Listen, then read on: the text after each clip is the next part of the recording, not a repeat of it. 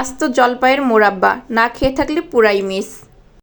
আমি তো কম তৈরি করে বিপদে পড়ে গেছি, এখন ভাবছি আরও বেশি করে কেন বানালাম না। সম্মানিত ভিউয়ার্স, আসসালামু আলাইকুম। কেমন আছেন সবাই? আশা করছি যে যেখানে আছেন সবাই অনেক ভালো আছেন। আলহামদুলিল্লাহ, আল্লাহর রহমতে আমরাও ভালো আছি।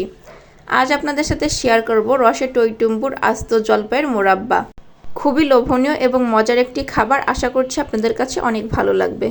তো চলুন ভিডিওতে একটা লাইক দিয়ে দেখে নিই সম্পূর্ণ প্রস্তুত প্রণালী। আমি এখানে জলপাই নিয়েছি, এখানে হাফ কেজির থেকে একটু বেশি পরিমাণে জলপাই আছে। এখন আমি একটা চাকুর সাহায্যে এগুলোকে এভাবে কেটে নিচ্ছি, অর্থাৎ কেটে নিচ্ছি। আপনারা চাইলে কাজটা বটির সাহায্যেও করতে পারেন। তো আমি প্রথমে একটা ছুরির সাহায্যে আপনাদেরকে করে দেখিয়ে দিচ্ছি। আমি পরে বটি দিয়ে করেছি, কারণ আমার কাছে মনে হচ্ছিল যে বটি দিয়ে করতে বেশি সুবিধা হবে।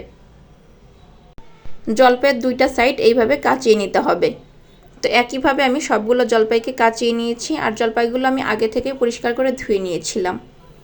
এখন আমি এই জলপাইয়ের ভিতর অ্যাড করে দিচ্ছি চিনি। এখানে প্রায় 1.25 কাপের মতো চিনি আছে। যেহেতু আমি হাফ কেজি থেকে একটু বেশি পরিমাণে নিয়েছি, তাই একটু বেশি করে চিনিটা দিয়ে দিলাম। এখন চিনিটাকে একটু নেড়ে চেড়ে জলপাইয়ের সাথে মিশিয়ে নিচ্ছি। এইভাবে আমি জলপাইটাকে চিনির সাথে মেখে রেস্টে রেখে দেব 20 মিনিটের জন্য। এরই মাঝে দেখা যাবে যে চিনিটা অনেকটাই গলে গিয়েছে। তো দেখুন, আমার চিনি অনেকটাই গলে গিয়েছে। আর আমি যেহেতু বড় দানার চিনিটা ব্যবহার করেছিলাম, তাই সম্পূর্ণরূপে গলেনি। যদি এখানে চিকন দানার চিনিটা ব্যবহার করা হতো তাহলে কিন্তু চিনিটা গলে যেত। এখন চলে যাচ্ছি পরের স্টেপে। চুলে একটা প্যান বসিয়ে দিয়েছি। এখন এই প্যানের ভিতরে আমি এই চিনি সহ জলপাইগুলোকে অ্যাড করে দিচ্ছি। জলপাইগুলোকে প্যানের ভিতরে দিয়ে নেড়েচেড়ে রান্না করে নিতে হবে। আর চুলার জাল কিন্তু লোতে রাখতে হবে। হাই হিটে রান্না করতে গেলে কিন্তু মোরাব্বাগুলো ভালো হবে না। আর এইভাবে নাড়তে চাড়তে দেখা যাবে যে জলপাইগুলোর কালার চেঞ্জ হতে শুরু করেছে। এই পর্যায়ে আমি এর ভিতর অ্যাড করে দিচ্ছি 2টা এলাচ, একটু সুন্দর ফ্লেভারের জন্য, আর অল্প একটু লবণ দিয়েছি। পরবর্তীতে আমি আরও কিছুটা লবণ দিয়েছিলাম, যেটা স্কিপ হয়ে গিয়েছে ভিডিও থেকে।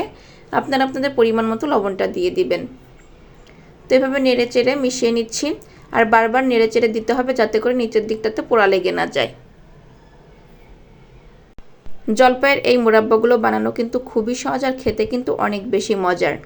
এই পর্যায়ে আমি এর ভিতর অ্যাড করে দিচ্ছি 1 চা চামচের মতো আচারের স্পেশাল মশলা। আমি কম করেই ব্যবহার করছি, যেহেতু আমি মোরাব্বা তৈরি করছি। খুব বেশি মশলা ব্যবহার করার প্রয়োজন নেই, জাস্ট আমি একটু ফ্লেভারের জন্য একটু মশলা ব্যবহার করলাম। এখন এইভাবেই লো হিটে রান্না করতে করতে দেখা যাবে যে জলপাইয়ের কালারগুলো চেঞ্জ হতে শুরু করেছে। আর দেখা যাচ্ছে যে শিরাটাও কিন্তু টেনে গিয়েছে। তো যখন দেখা যাবে শিরাটা এরকম ঘন হয়ে আসছে, আমি হাত দিয়ে আপনাদেরকে একটু দেখিয়ে দিচ্ছি যে কেমন হবে। যখন ঠিক এরকম আঠালো একটা ভাব চলে আসবে, ওই পর্যায়ে বুঝে নিতে হবে যে মোরাব্বাগুলো তৈরি করা হয়ে গিয়েছে। তখন চুলার জালটা অফ করে দিতে হবে, আর মোরাব্বাগুলোকে চুলা থেকে নামিয়ে নিতে হবে। ঠান্ডা হওয়ার পরে এটা আরও একটু ঘন হয়ে যাবে, তাই এই পর্যায়ে নামিয়ে নিতে হবে। তো আমি নামিয়ে সার্ভ করে নিয়েছি, আর দেখুন কতটা মজার লাগছে।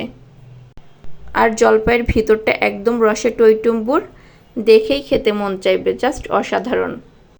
আশা করছি আজকের এই জলপাইয়ের মোরাব্বা রেসিপিটা আপনাদের কাছে ভালো লেগেছে। ভালো লাগলে সবার সাথে শেয়ার করবেন। ধন্যবাদ সবাইকে।